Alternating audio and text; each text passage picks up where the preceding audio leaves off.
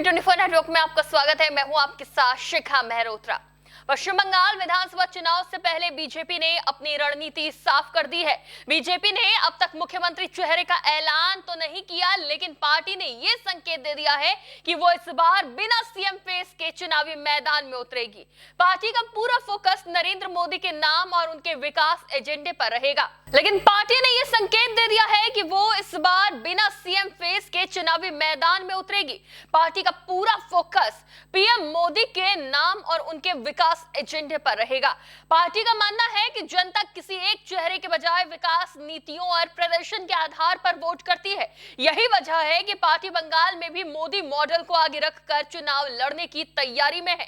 BJP की प्रदेश इकाई के अध्यक्ष समिक भट्टाचार्य ने साफ कर दिया है कि पार्टी ने सीएम फेस पर कोई फैसला नहीं लिया है और वो पीएम नरेंद्र मोदी और उनके विकास के एजेंडे के नाम पर वोट मांगेगी। बीजेपी के लिए ये मायने नहीं रखता कि कोई नेता नया है या पुराना। जो भी व्यक्ति जनता को टीएमसी के कथित कुशासन के खिलाफ लड़ने वाला दिखेगा, वही जीत के बाद पार्टी का चेहरा बन सकता है। भट्टाचार्य ने विधानसभा चुनाव को मुख्यमंत्री ममता बनर्जी और टीएमसी की तुष्टीकरण की राजनीति के खिलाफ सीधी लड़ाई बताया है। उन्होंने कहा कि बीजेपी किसी को मुख्यमंत्री पद का उम्मीदवार घोषित नहीं करती, जैसा कि दिल्ली, हरियाणा और ओडिशा में भी नहीं किया गया था। फिर भी पार्टी ने जीत हासिल की। वहीं नेता प्रतिपक्ष शुभेंदु अधिकारी को सीएम फेस का सस्पेंस को लेकर भट्टाचार्य ने कुछ नहीं कहा है, लेकिन इतना जरूर कहा है कि जो नेता जनता के बीच मजबूत होगा, वही आगे चलकर बड़ा चेहरा बन सकता है। हालांकि उन्होंने यह संकेत भी दिया है कि भविष्य में टॉप नेतृत्व चाहे तो इस पर अलग फैसला ले सकता है।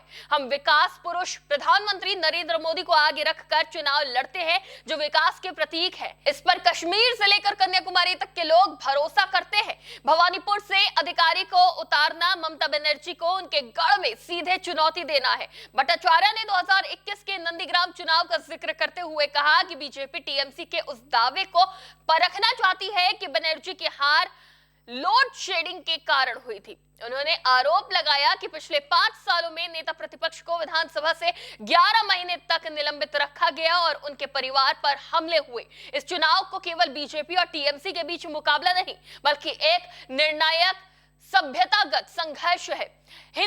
हिंदुस्तान संस्कृति थोपने के आरोपों को खारिज करते हुए भट्टाचार्य ने कहा कि बंगाली अपनी पहचान से समझौता नहीं करेंगे। तो वही बात करें पश्चिम बंगाल में बीजेपी की, तो इस बार बीजेपी ने पूरी ताकत से चुनाव जीतने का मन बना लिया है और यही वजह है कि एक के बाद एक केंद्रीय नेता बंगाल में डेरा डाल रहे हैं। 5 अप्रैल से शुरू हुआ ये हाई वोल्टेज कैंपेन लगातार तेज होता जा रहा है। केंद्रीय शिक्षा मंत्री धर्मेंद्र प्रधान ने झारग्राम में जनसभा कर चुनावी माहौल को गरमाया। तो वहीं 6 अप्रैल को भी धर्मेंद्र प्रधान ने एग्रौर नंदीग्राम में जनसभाएं की। इसी कड़ी में 9 अप्रैल को पीएम नरेंद्र मोदी का मेगा कैंपेन बंगाल की राजनीति में बड़ा मोड़ ला सकता है। पीएम मोदी एक ही दिन में आसनसोल, तामलुक और बीरभूम में जनसभाएं करेंगे, जिससे बीजेपी की अब तक की सबसे आक्रामक चुनावी रणनीति माना जा रहा है। बीजेपी का दावा है कि इस बार बंगाल में सत्ता परिवर्तन करके रहेंगे। इसके लिए पूरा जोर लगाया जा रहा है। पीएम मोदी भी बंगाल चुनाव के लिए मैदान में उतर चुके हैं। पीएम मोदी की ये रैलियां चुनावी नैरेटिव को पूरी तरह बदल सकती हैं। इन तीनों जगहों का चयन बीजेपी की माइक्रो मैनेजमेंट रणनीति को दर्शाता है। इस पूरे कैंपेन से यह साफ होता दिखाई दे रहा है कि चुनाव अब पूरी तरह बीजेपी बनाम टीएमसी की सीधी लड़ाई में बदल चुका है। मुख्यमंत्री ममता बनर्जी पहले ही इस चुनाव को बाहरी बनाम बंगाल का नैरेटिव देने की कोशिश कर रही है, जबकि बीजेपी इसे परिवर्तन बनाम तुष्टीकरण की लड़ाई के तौर पर पेश कर रहा है। बंगाल में चुनावी जंग अब अपने चरम पर है, जहां हर दिन नए समीकरण बन रहे हैं और बिगड़ रहे हैं। केंद्रीय नेताओं की लगातार एंट्री और प्रधानमंत्री नरेंद्र मोदी की मेगा रैलियां ये संकेत दे रही हैं कि बीजेपी इस बार कोई कसर नहीं छोड़ना चाहती है। बीजेपी मानती है कि नरेंद्र मोदी का नेतृत्व और उनकी छवि पूरे देश में भरोसे का प्रतीक है, जिसका लाभ बंगाल में भी मिलेगा। बीजेपी इस बार स्पष्ट बहुमत हासिल करेगी। हालांकि अभी सीटों के आंकड़ों को लेकर कोई विशेष दावा नहीं किया गया है। कुल मिलाकर बीजेपी बिना सीएम चेहरे के, लेकिन बड़े राष्ट्रीय मुद्दों और नेतृत्व के सहारे बंगाल की सत्ता तक पहुंचने की तैयारी में है।